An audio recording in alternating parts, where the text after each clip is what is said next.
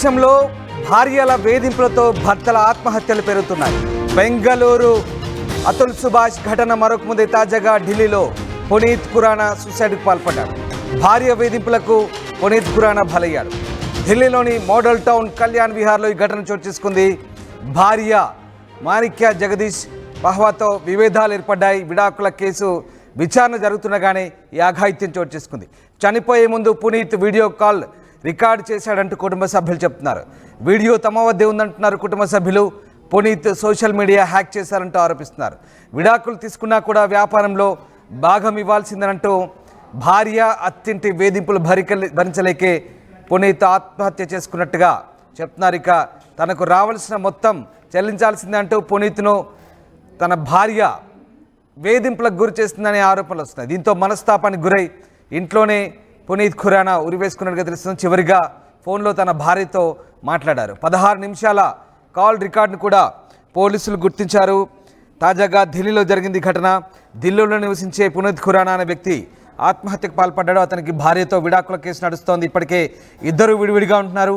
పునీత్ ఢిల్లీలో ఓ bakery chain నిర్వహిస్తూ ఉంటాడు. అందులో తనకు వాటా రాసివ్వాలంటూ ఆమె డిమాండ్ చేస్తూ వస్తున్నారు. ఈ క్రమంలో కోర్టులోని దీనిపై వాదనలు జరుగుతున్నాయి. ఫోన్లో వారిద్దరి మధ్య ఈ అంశంపై వాగ్వాదం జరగడంతో కాసేపటికే పునీత్ ఖురానా ఆత్మహత్య చేసుకున్నాడు.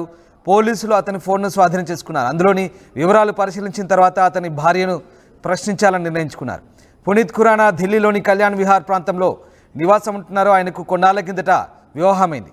పెళ్లి తర్వాత అతుల్ ఖురానా తన వ్యాపారంలో భార్యను భాగస్వామిగా చేర్చుకొని నిర్వహణ బాధ్యతలు కూడా ఇచ్చారు. అయితే వీరిద్దరి మధ్య సరిపడకపోవడంతో విడిపోవాలని అనుకున్నారు. కానీ వ్యాపారం నుంచి తనను తొలగించడానికి లేదని, తన వాటా తనకు ఇవ్వాల్సిందేనంటూ ఆమె పట్టుబడుతున్నారు.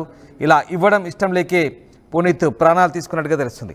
వివాహ వేధింపులు, విడాకుల చట్టాలు, మనోవర్తి ఇలా అన్నీ ఆడవాళ్లకు అనుకూలంగా ఉండడంతో మగవాళ్ళు నలిగిపోతున్నారన్న విమర్శలు వస్తున్నాయి.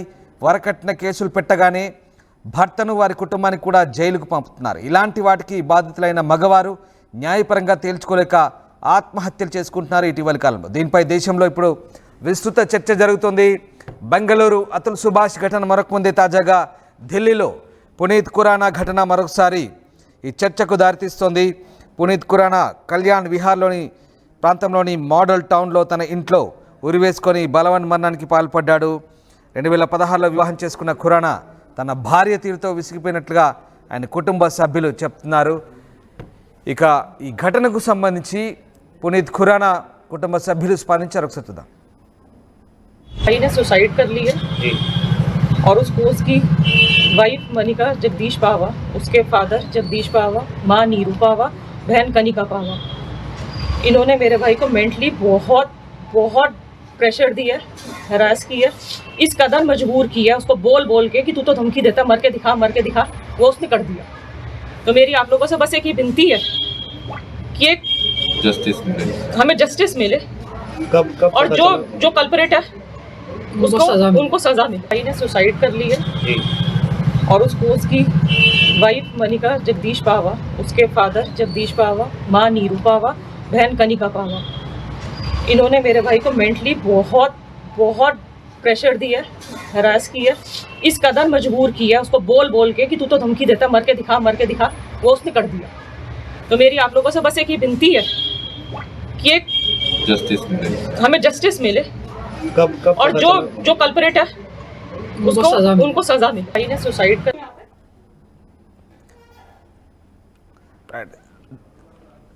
ఢిల్లీలో ఈ ఘటనకు సంబంధించి ఖురానా కుటుంబ సభ్యులైతే ఆమె భార్య వేధింపులే కారణమని ఆరోపిస్తున్నారు. అత్తింటి అలాగే భార్య వేధింపులే కారణమని ఆరోపిస్తున్న నేపథ్యంలో ఆయన భార్య కూడా స్పందించారు. ఆమె ఏం మాట్లాడిందో ఒకసారి చూద్దాం. सेकंड मोशन थोड़े दिनों में होना था पर वो लड़की मुकर गई है कि मैं सेकंड मोशन तब तक साइन नहीं करूंगी जब तक मेरी शर्तें नहीं मानी जाएंगी. उसने 5 शर्तें लिख के भेजी हैं, व्हाट्सएप करी है हमें सबूत के तौर पे, जो लिखी हुई है कि ये हर महीने मुझे 70,000 रुपये देगा, जबकि ये फर्स्ट मोशन में उसने कहीं पे भी नहीं लिखा है. जो चीज़ें पहले डिसाइड हो चुकी हैं वो अपनी बातों से मुकर रहे थे, ठीक है ना. और दूसरा ये माफ़ीनामा दे रिटर्न डॉक्यूमेंट में कि इसने मेरे बाप के साथ गलत बोला या कुछ भी, जबकि वो ऐसा नहीं था बिल्कुल भी. देखो जब आप किसी को कुछ कहोगे तो थोड़ा तो कोई कुछ बोलेगा ना.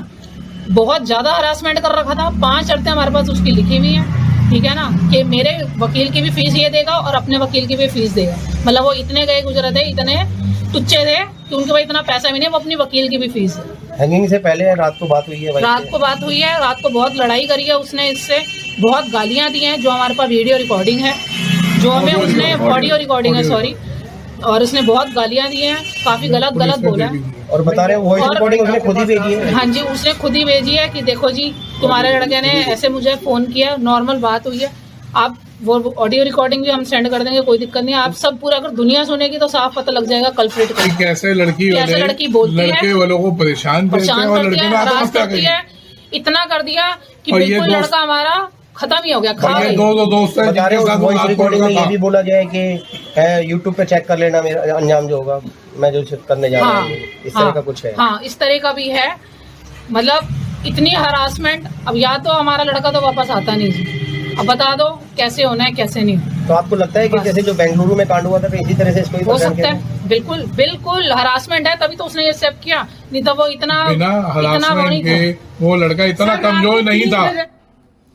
రైట్, విడాకులు తీసుకున్నప్పటికీ భార్యాభర్తల మధ్య బిజినెస్ వ్యవహారాల్లో భాగస్వామ్యం గురించి వచ్చినటువంటి విభేదాలే ప్రస్తుతం అతని ఆత్మహత్య కారణమని తెలుస్తోంది.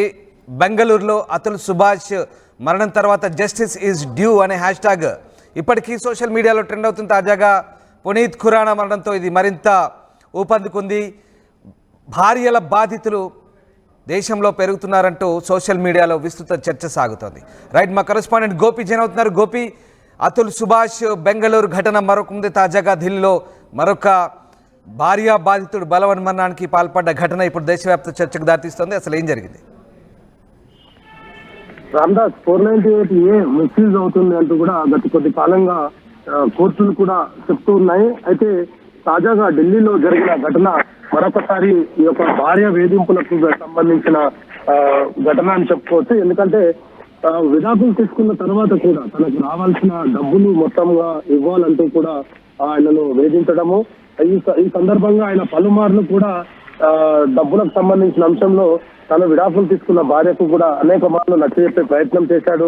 డబ్బులు వచ్చిన తర్వాత ఖచ్చితంగా ఇస్తాను, ఇలా ఇదే విధంగా వేధింపులకు గురి చేస్తే కనుక నేను ఆత్మహత్య చేసుకుంటానంటూ కూడా గతంలో కూడా ఆయన అనేక సార్లు చెప్పిన పరిస్థితి ఉంది. అయితే ఏది ఏమైనా డబ్బులు ఇవ్వాల్సిందే అంటూ కూడా భార్య వేధింపులు ఇంకా తగ్గకపోవడంతో ఆయన ఒకసారిగా ఆత్మహత్యకు పాల్పడడం జరిగింది. భార్య మాణిక్ జగదీష్ తో విభేదాలు, అదే విధంగా విడాకుల కేసు విచారణ జరుగుతుండగానే ప్రస్తుతం ఆయన ఆత్మహత్య చేసుకోవడం మరొకసారి సంచలనంగా మారిందని చెప్పుకోవచ్చు. బెంగళూరు ఘటన తర్వాత ఢిల్లీ దేశ రాజధానిలో ఈ ఘటనతోటి మరొక మారు 498A మిస్యూజ్ కు సంబంధించి మరొక మారు దేశవ్యాప్తంగా చర్చ అయితే కొనసాగుతుంది. అయితే మాణిక్ పునీత్ను గత కొద్ది కాలంగా వేధింపులకు గురి చేస్తుంది. దీంతో ఆయన మనస్తాపానికి గురై ఇంట్లోనే ఉరి వేసుకున్నాడు. అయితే చివరిగా తన భార్యతో 16 నిమిషాల కాల్ రికార్డును కూడా పోలీసులు గుర్తించారు. ఆమెతో మాట్లాడినట్టు, ఆమె ఏతో ఏం మాట్లాడాడు, ఎటువంటి భావోద్వేగానికి గురై ఆయన ఆత్మహత్యకు పాల్పడ్డాడు అన్న దానిపైన ప్రస్తుతం ఇంకా పోలీసులు ఎటువంటి సమాచారం ఇవ్వట్లేదు. కేసు దర్యాప్తు అయితే కొనసాగుతుంది. ఇదేమైనా దేశవ్యాప్తంగా మరొక మారు 498కి సంబంధించిన అంశం తెరపైకి వచ్చింది. భార్య భర్తలు మనస్పర్ధలతోటి ఒకరికొకరు దూరంగా విడిపోయే ప్రక్రియ కావచ్చు, లేదా కొంత ఏదైతే 498A సెక్షన్ ని పెట్టడం యొక్క ముఖ్య ఉద్దేశాన్ని మాత్రం ప్రస్తుతం మిస్యూజ్ అవుతుందనేదే దేశవ్యాప్తంగా అయితే చర్చ జరుగుతుంది. ఆడవాళ్లకు కొంత రక్షణ కల్పించాలి, అత్తవారింట్లో వేధింపులు తగ్గాలన్న సదుద్దేశంతో చేసిన ఈ 498A సెక్షన్ ప్రస్తుతం మిస్యూజ్ అవుతుంది. భర్తలను విడాకులు కోరుకున్నప్పటికీ ఇద్దరు మ్యూచువల్ కన్సర్న్స్ లో విడాకులు కోరుకుంటున్నారు. భార్య భర్త ఇద్దరు ఉద్యోగం చేస్తున్న మనోవర్తి అడగడము, అదే విధంగా అతన్ని ఇప్పుడు ప్రస్తుతం ఈ కేసులో గనక అతన్ని బిజినెస్ లో కూడా భాగస్వామ్యం ఇవ్వాల్సిందే అంటూ కూడా ఆమె పట్టుబడడం జరిగింది. గత కొద్ది కాలంగా బిజినెస్ లకు సంబంధించిన అంశంతో ఆమె అతన్ని వేధింపసాగింది. విడాకుల కేసు కోర్టులోనే నడుస్తూ ఉంది. విడాకులకు సంబంధించిన అంశం కోర్టు పరిధిలో ఉంది. కాంపన్సేషన్ గురించి ఆమె మాట్లాడుతున్నారు. కోర్టులో ఆమె తరఫున న్యాయవాదులు కూడా చెప్తున్న పరిస్థితి ఉంది. నష్టపరిహారం ఇవ్వాలి అంటూ కూడా చెప్తున్నారు. అయినప్పటికీ ఆమె బిజినెస్ ని కూడా అడగడం జరిగింది. దీంతో తను ఏమి చేసలేక నిస్సహాయ స్థితిలో దాదాపు 16 నిమిషాల పాటు ఆమెతో మాట్లాడిన తర్వాత తన గదిలోనే ఉరివేసుకొని చనిపోవడం జరిగింది. దీనికి సంబంధించిన ప్రస్తుతం కేసు అయితే నమోదు చేసుకున్నారు పోలీసులు. దర్యాప్తు కొనసాగుతుంది. మరి భార్యతో 16 నిమిషాలు ఏం మాట్లాడాడన్న దానిపైన ఒక క్లారిటీ వస్తే ఆమె పైన కూడా కేసు నమోదు చేసి ఆమెను అరెస్ట్ చేసే పరిస్థితి కనపడుతుంది. Ramdas. Right, yes, thank you Gopi, thanks for the update. So మొత్తం మీద విడాకులు తీసుకున్నా కూడా వ్యాపారంలో భాగం కావాల్సిందేనంటూ ఆమె వేధించడంతోనే పునీత్ ఖురానా బలవన్మరణానికి పాల్పడ్డట్టుగా అతని కుటుంబ సభ్యులు ఆరోపిస్తున్నారు. అలాగే తనకు రావాల్సిన మొత్తం చెల్లించాల్సిందే అంటూ ఆమె ఆడియో కాల్లో తీవ్రంగా వేధించినట్టుగా తెలుస్తుంది. దీనికి సంబంధించిన ఆడియో వీడియో కాల్స్ మొత్తం పోలీసులు తీసుకున్నట్టుగా తెలుస్తుంది. ప్రస్తుతానికి ఇక వ్యక్తిగత విచారణ అలాగే కొన్ని చట్టాలకు సంబంధించిన సవరణ జరగాలంటూ దేశవ్యాప్తంగా చర్చ జరుగుతోంది. మొత్తం మీద భార్య బాధితుడిగా మరొక వ్యక్తి మిగిలిపోయాడు. ఢిల్లీలో పునీత్ ఖురానా అనే వ్యక్తి బెంగళూరు ఘటన మరొక ముందే తాజాగా బలవన్మరణానికి పాల్పడడంతో మరొకసారి కొత్త చర్చకు దారితీస్తోంది. उसके माँ बाप तक बात आ गई कि अगर तूने हमें इस तरह के पैसे नहीं दिए या हमें ये पैसे नहीं पहुँचाए तो हम तेरे माँ बाप को भी सड़क पे ला देंगे।